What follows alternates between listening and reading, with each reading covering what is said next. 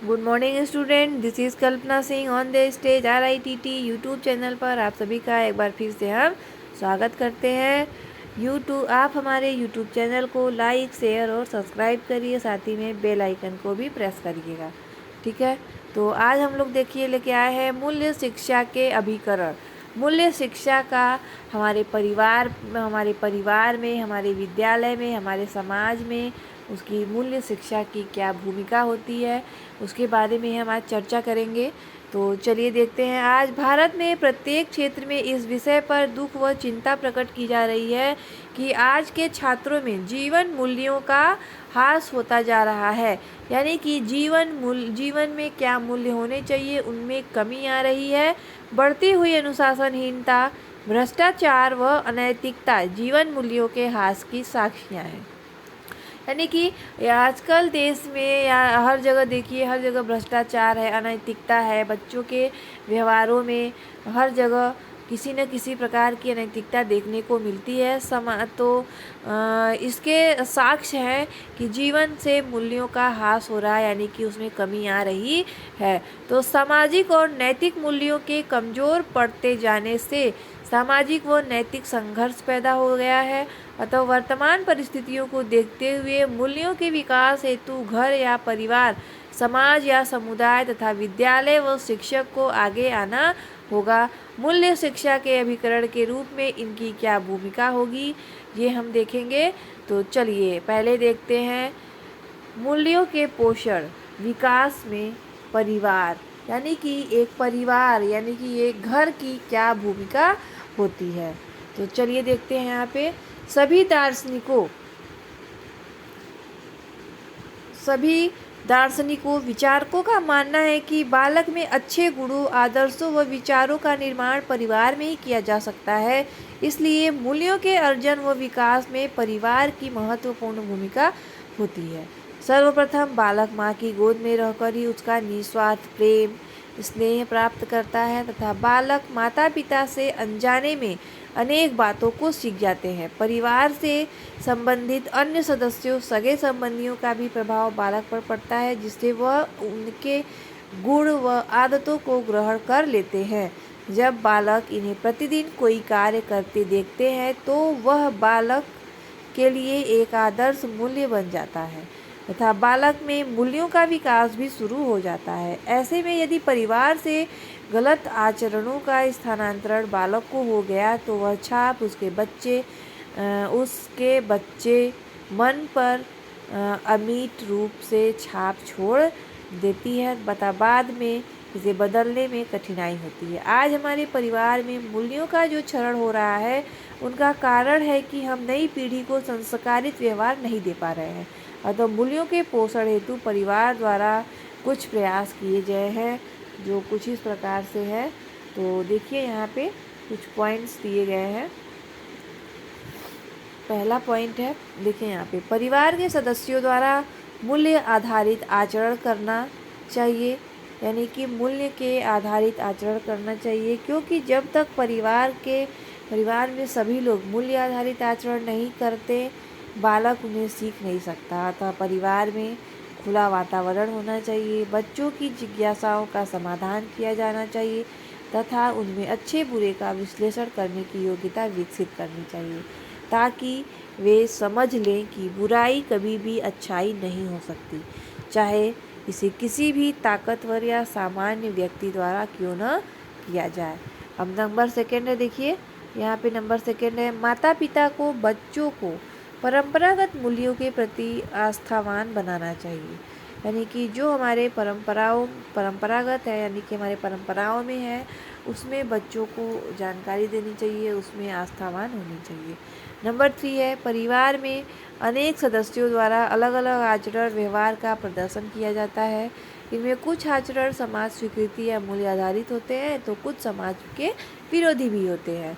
तथा बालक को समाज एकीकृत आचरण व समाज विरोधी आचरण के बीच अंतर होना चाहिए, यानी कि उनको दोनों में अंतर पता होना चाहिए कि कौन सा हमारे लिए अच्छा है, कौन सा हमारे लिए बुरा है। नंबर 4 है, विभिन्न कहानियों के माध्यम से। उनको कहानियों के माध्यम से भी अच्छे बुरे का ज्ञान देना चाहिए। बालकों के विभिन्न मानवीय और राष्ट्रीय मूल्यों का ज्ञान कराया जा सकता है। कहानियों में विभिन्न पात्रों के आचरण को अच्छे बुरे रूप से विश्लेषित करके बालकों को मूल्यों का ज्ञान कराया जा सकता है। नंबर 5 है, माता पिता द्वारा बच्चों पर मूल्य थोपे नहीं जाने चाहिए, बल्कि मूल्यों की वांछितता का निर्धारण बच्चों पर सौंपना चाहिए। नंबर 6 है, परिवार के सदस्यों द्वारा बच्चों के आचरण को नियंत्रित करने के लिए पुरस्कार व दंड का प्रयोग किया जाना चाहिए। साथ ही उनके मूल्य आधारित आचरण की प्रशंसा करनी चाहिए व मूल्य विरोधी आचरण की निंदा करनी चाहिए, ताकि बालक मूल्य आधारित आचरण करने हेतु प्रेरित हो।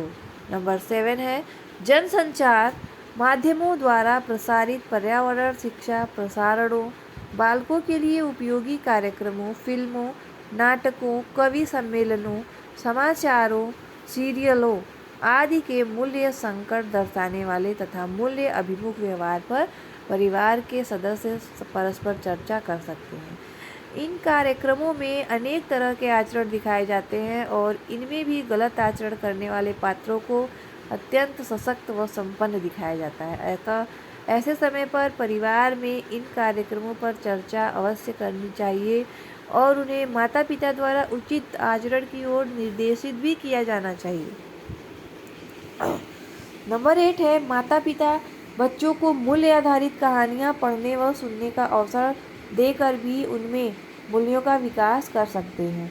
नंबर 9 है, मूल्य आधारित व्यवहारों के प्रदर्शन पर बच्चों को उपयुक्त पुरस्कार भी मिलना चाहिए। नंबर 10 है, माता पिता को आसपास के समाज में समुदाय के अन्य सदस्यों को सहायता से सुधार करने के लिए प्रयत्न करना चाहिए, ताकि बच्चों में मूल्य अंतर्द्वंद्वों को बढ़ावा न मिले।